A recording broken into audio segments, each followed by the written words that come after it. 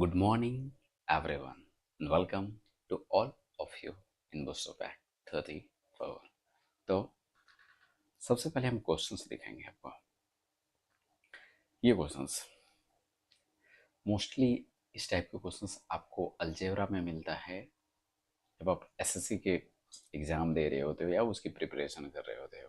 लेकिन ये मत समझना कि ये एनटीपीसी नहीं पूछ सकता है, इस बार के एनटीपीसी का क्वेश्चन है, राइट। पहले हम इसको डिस्कशन करेंगे, लेकिन आप सवाल देखने के साथ ही सॉल्व कर सकते हो। लेकिन हम इसका पहले वो मेथड बताएंगे जिसकी आप भूल नहीं सको, ठीक है। यानी इसको वाइडली एक्सप्लेन करेंगे। पहला क्वेश्चन। दूसरा क्वेश्चन ये मेंसुरेशन का क्वेश्चन है, ठीक है। बस यार कर देना है और क्या। और ये तीसरा क्वेश्चन ये एडवांस का क्वेश्चन है, बट उतना भी एडवांस नहीं, नॉर्मल सा सवाल है। एक पॉलीगन है, इसका इंटरनल एंगल का सम दे रखा है, तो उसके हम फार्मूला के बारे में बात करेंगे। और डायगोनल की संख्या पता करने बोल रहा है, तो यानी विकर्ण, तो हम उसके भी फार्मूला की बात करेंगे। बस ये फार्मूला बेस्ड क्वेश्चन है। ओनली 3 क्वेश्चंस, क्योंकि शॉर्ट सेशन चल रहा है, राइट। तो आते हैं क्वेश्चंस नंबर 1 पे। ये मत कहना यार 24 लिखा हुआ है, छोड़ो उसको, 24 को गोली मारो। चलो गोली मार दी हम। ये रहा 1 नंबर, सुनना।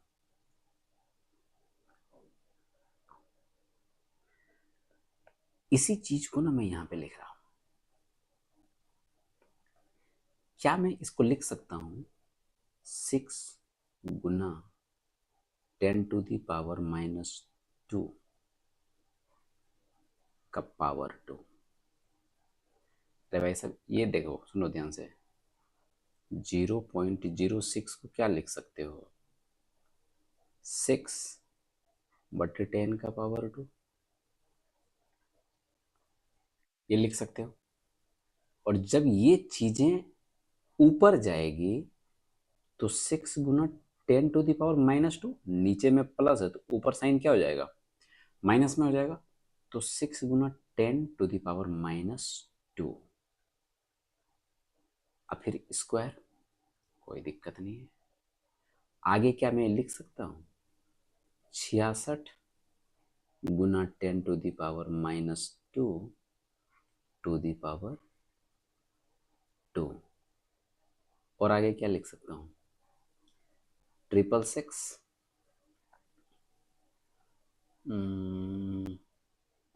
ये क्या दे रखा है यार? दो दो, अच्छा कोई दिक्कत नहीं। तो यहाँ पर मैं लिख सकता हूँ 10 3 3 4, हाँ यहाँ पर लिख सकता हूँ मैं 10⁻³ टू दी पावर 2। लिख दिया मैंने, कोई दिक्कत नहीं है। अब नीचे आओ। क्या ये मैं लिख सकता हूँ 6 गुना 10⁻³ जैसे ऊपर वाले में लिखे थे? यहाँ पर ऊपर में 2 था, नीचे में 3 है, बस। उसके बाद क्या मैं लिख सकता हूँ? 66 गुना 10⁻³ बटे, मतलब पावर 2, प्लस 666 गुना 10⁻⁴ का पावर 2। बोला लिख दो यार, कोई दिक्कत नहीं है। अब एक काम करो। क्या काम करो? जो करना है कर लो। देखो 10⁻⁻², ये वाला ना पार्ट, ये वाला 10⁻⁻² और इसके ऊपर पावर 2 यानी स्क्वायर है, तो 10⁻⁻4 कॉमन ले लो। अब 10⁻⁻4 कॉमन ले लो, और ये 6 का स्क्वायर है तो ये तो 36 देगा। क्या आप ऐसे भी लिख लो, 36 मत करो, 6 का स्क्वायर है ये, और ये 66 का स्क्वायर है, और ये 666 का स्क्वायर है। आपको ये पता चला? यही तो है 666, और यहाँ पर स्क्वायर। चूंकि यहां पर 10⁻³ है और मैंने कॉमन क्या ले रखा था, 10⁻⁻4 मैंने कॉमन ले रखा है, यहाँ पर आ रहा है 10⁻�6। ठीक है, तो यहाँ पर 10⁻² भी होगा, लेकिन जो भी डेटा यहाँ पे आएगा, ये चीज देखो, ये वाला चीज, ये वाला चीज, ठीक है, ये वाला चीज जो जो 66 वाला के साथ है, ये तो कट जाएगा ना। देखो यहाँ 10⁻⁻4 ले लोगे और यहाँ पर जब 10⁻⁻6 ले लोगे, तो ये जो ऊपर में डेटा आई है ना, ये वाला डेटा, ये वाला, यही डेटा यहाँ पर आ जाएगी। ठीक है, तो आप ये नहीं कहना कि यार यहाँ पर -4 था, यहाँ पर -4 था, तो यहाँ पर भी तो यहाँ पर -6 हो गया, तो यहाँ पर 10⁻⁻8 है, यहाँ पर 6 है, यहाँ पर 6 है। ठीक है, तो यहाँ पर जो भी चीजें बचेगी, ये भी चीज यहाँ पर बचेगी, यानी ये चीज और ये चीज सेम होगा, और ये चीजें कट जाएगी, और आपके पास ये बच जाएगा 10⁻⁻4 बटे 10⁻⁻6, ऊपर में जाकर ये प्लस हो जाएगा और 10⁻² होगा। और जब 10⁻² का वैल्यू क्या होता है आपको पता है। आपको थोड़ा सा कंफ्यूजन हो रहा होगा, मैंने चला सुनो, आप कुछ मत करना, ये तो चलो ठीक है, ये चीज़ें आपको पता होनी चाहिए, ये चीज़ आपको पता होनी चाहिए, लेकिन मैं तो ये कहूँगा भाई सुनो, इसमें 2 अंक, एक सेकेंड, इसमें पॉइंट के बाद 2 डिजिट और इसमें पॉइंट के बाद 3 डिजिट। ठीक है, बचा कितना, मतलब ये ऊपर चला जाएगा, और चूंकि स्क्वायर है तो ये 10 का ही तो डिफरेंस करेगा ना, मतलब डिफरेंस नहीं, उसको जब हम डिवाइड करते हैं, जिस तरह से यहाँ पर मैंने कहा कि 10⁻⁻4 है, 10⁻⁻6 है, तो ऊपर जैसे जाएगा तो ये ऐड हो जाएगा, तो ये 10⁻² हो जाएगा और यही स्क्वायर होगा। और आपको यदि कुछ याद नहीं रहे ना एग्जाम्स में डायरेक्ट आंसर हिट करने के लिए, आप ये देखना, यहाँ पर 2 अंक, यहाँ पर 3 अंक, ठीक है, 1 अंक का डिफरेंस, उसका स्क्वायर यानी 10 का स्क्वायर करेंगे, 100 करेंगे आंसर। और बाकी बात जो ये सब डेटा रहते हैं ना, ये सब डाटा, ये वाला डाटा, ये वाला डाटा, ये वाला डाटा, कॉमन लेने पर ये कट जाएगा। आपको सिर्फ कुछ नहीं करना, 10 के पावर पर काम कर लेना है, आप आंसर तक डेफिनेटली पहुंच जाओगे। राइट, कॉमन लेके जाते हैं बस। नेक्स्ट पे चलते हैं, सुनो, ये आपका क्वेश्चन नंबर 2 है। The slant height of a cone is equal to twice the radius of its base. मतलब एक शंकु है, इसका जो स्लेंट हाइट है, मतलब जो इसकी तिरछी ऊंचाई है, रेडियस का 2 गुना है। देखो, एक मैंने शंकु बना दिया, बन गया शंकु भाई,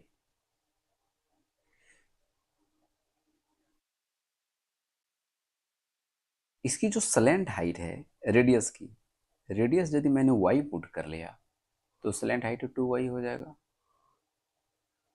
ठीक है, और पाइथागोरस से ये कितना हो जाएगा, √3y, ये तो आपको पता है क्या हो जाता है, √3y। क्यों, 2 दूना 4y² माइनस y², तो 3y², इसको रूट में करेंगे तो √3 और y हो जाएगा। बोला ठीक है। शंकु का इसमें क्या दे रखा है, वॉल्यूम दे रखा है, यानी आयतन दे रखा है, तो वॉल्यूम इसका क्या होता है, 1/3 पाई r²h। मैं एक ही बात कहता हूं कि आप ना ऑप्शंस देखो और आप ये देखो इसने पूछा क्या है, find the magnitude of the cube of its base radius, मतलब जो इसके आधार की त्रिज्या आएगी उसका क्यूब करेंगे तो वैल्यू क्या आएगा। आप ये कभी मत निकालने चले जाना कि हमको y ही चाहिए, तब हम y क्यों निकालेंगे, नहीं, सवाल जो कहता है आप उसके हिसाब से चलो। क्या चलना है देखो, 1/3, ठीक है, पाई। हम पाई को 22/7 क्यों नहीं लिख रहे हैं? क्योंकि हम ये देख रहे हैं कि ये 401 पाई सेंटीमीटर क्यों है, इसलिए मैं नहीं लिख रहा हूँ। और आर स्क्वायर की यदि बात करेंगे तो ये वाई स्क्वायर हो जाएगा, जो मैंने जो लेट करा है। और एच यानी देखो, इसको बोलते हैं स्लैंट हाइट, तिरछी ऊंचाई, और ये वाला होता है हाइट, ये तो पता है आपको। यानी ये √3, ये वाई, और ये है इसका टोटल जो सवाल में दिया हुआ है 401 पाई। पाई से पाई उड़ा दो, उड़ा दिया पाई से पाई। अब मैं एक काम करता हूँ, ये √3 है, यहाँ पर मैंने इसको उड़ा देंगे तो यहाँ बचेगा √3y बचेगा, ठीक है। तो अब क्या करेंगे, अब ये करेंगे वाई स्क्वायर, देखो ये वाई स्क्वायर और ये वाई गुना करेंगे, वाई क्यों आ जाएगा मेरे भाई साहब, तो 401, 401 आया, और ये √3। आपको ये चीज़ पता चल रहा है जो मैंने लास्ट के वीडियो में बताया था, जब आपको कैलकुलेशन करना होता है ना, आप पूरी तरह से हाइड कर दो, जो कट गया, पाई कट गया हम भूल गए, ये कट गया हम भूल गए, ये कट गया हम भूल गए, ये कट गया हम भूल गए। आपको दिख रहा है वाई स्क्वायर गुना वाई, तो वाई क्यूब, और 401 यहाँ पर है, √3 यहाँ पर है। तो जब आप संख्या को कटाते हो तो कंप्लीटली हाइड करो। आज मतलब शुरू से प्रैक्टिस करोगे तो वो चीज़ें एग्जाम्स में लागू हो जाएगी और आप आंसर तक जा सकते हो। यही तो पूछा है इसने, क्या पूछा कि फाइंड द मैग्नीट्यूड, ये वाला लाइन पढ़ो, find the magnitude of the cube of its base radius. यानी मैग्नीट्यूड मतलब माप होता है, तो जो उसका बेस रेडियस है उसका क्यूब निकालना है। तो यही तो है ना बेस रेडियस, वाई को ही तो मैंने लेट करा है, तो y cube 401 √3, this is answer. यानी ऑप्शन नंबर 1 पे जाएंगे। नेक्स्ट पे चलते हैं। देखो, यदि पॉलीगन की बात करोगे, पॉलीगन की बात करोगे तो जो सम ऑफ इंटरनल एंगल होगा, sum of internal angle, sum of internal angle 2n-4 into 90 होता है। 2n-4 इंटू 90 होता है सम ऑफ इंटरनल एंगल। क्या ये फॉर्मूला आपको याद रहेगा? नहीं याद रहेगा तो एक काम कर लो, याद तो रखना ही पड़ेगा यार। आप पुट कर लो ट्रायंगल, ट्रायंगल में n = 3, और आपको पता है कि त्रिभुज के तीनों कोणों के अंतः कोण का योगफल 180 डिग्री होता है। तो n बराबर हम 3 जैसे पुट करेंगे, 3 दूना 6, 6 में 4 गया 2, 90 दूना 180, ये वेरीफाई कर जाएगा। तो यही फॉर्मूला मेरा काम आने वाला है। तो सम ऑफ इंटरनल एंगल किसी भी पॉलीगन का 2n-4 इंटू 90 होता है। इसने ये बोला कि 2n-4 इंटू 90 की जो वैल्यू दे रखा है 1260 दे रखा है। 0 से 0 कटा दो, 9 से 14 मतलब 14, 9 जाए, CBSE वाला। हम लोग ठहरे बिहारी, क्या मतलब है यार। तो 14 26 से बोला, ठीक है कटा दो 14, 2n यहाँ पर है, 2n यहाँ पर है, -4 यहाँ पर है। अब देखो कंप्लीटली हाइड कर दो, क्या फायदा होता है। देखो आपको क्या दिख रहा है, 14 दिख रहा है, यहाँ 4 दिख रहा है, 18 दिख रहा है, तो n बराबर कितना हो जाएगा, 9 हो जाएगा।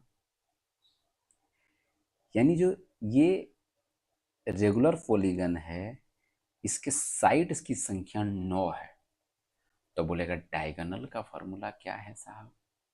डायगोनल का फॉर्मूला होता है, एक सेकेंड यार, डायगोनल का फॉर्मूला होता है n इंटू n-3 3/2। याद रहेगा? नहीं रहेगा कोई बात नहीं। एक क्वाड्रिलेटरल ले लो। n बराबर कितना होता है? 4। बोला हाँ 4 तो होता है। पुट कर दो, पुट करके देखो, वेरीफाई करो। 4, 4 में 3 गया 1/2। और किसी भी क्वाड्रिलेटरल में 2 डायगोनल होते हैं, तो ये चीज़ें वेरीफाई कर गई। तो डायगोनल का जो फार्मूला होगा, जो विकर्ण का फार्मूला होगा, n into n minus 3/2। n into n minus 3/2 ये डायगोनल का नंबर को देता है। ये डायगोनल का नंबर ऑफ डायगोनल, आप ऐसे कर सकते हो, नंबर ऑफ डायगोनल। ठीक है, तो n कितना है? 9। 9 में 3 चला गया 6, 9 छके 54/2। This is 27 diagonal. जो भी ऑप्शन है आप हिट कर दो। मतलब किसी भी पॉलीगन का जो इंटरनल एंगल का सम होगा वो 2n-4 इंटू 90 होगा, कुल सम। लेकिन यदि ये प्रत्येक पूछ देता तो 2n-4 इंटू 90/n हो जाता, प्रत्येक एंगल निकल जाता। लेकिन इसने सम दे रखा था, तो 2n-4 इंटू 90, n की वैल्यू निकाले, डायगोनल तक जाना है। डायगोनल का फॉर्मूला n इंटू n-3/2 होता है। शुरुआती दिनों में यदि आपको ये फार्मूला याद नहीं रहते हैं तो डायगोनल को आप क्वाड्रिलेटरल से रिलेट करोगे और सम ऑफ इंटीरियर एंगल को आप ट्राइंगल से रिलेट करोगे, तो ये चीज़ें आपको याद रहेगी। और जब पूरी तरह से याद हो जाए तब तो यार कोई दिक्कत ही नहीं है। ये क्वेश्चन नंबर 6 नहीं भाई साहब, ये क्वेश्चन नंबर 3 था। ये पुराने पीपीटी वाले थोड़ा थोड़ा क्वेश्चन हैं, क्योंकि पुराने पीपीटी मतलब पुराना जो वीडियो होता था तो वो लंबी होते थे, बट अब इसे मैंने छोटा कर दिया है। राइट, सो ये तो लास्ट क्वेश्चन है। So thank you to all and love you to all. मिलते हैं बूस्टर पैक 35 में, तब तक के लिए जय हिंद।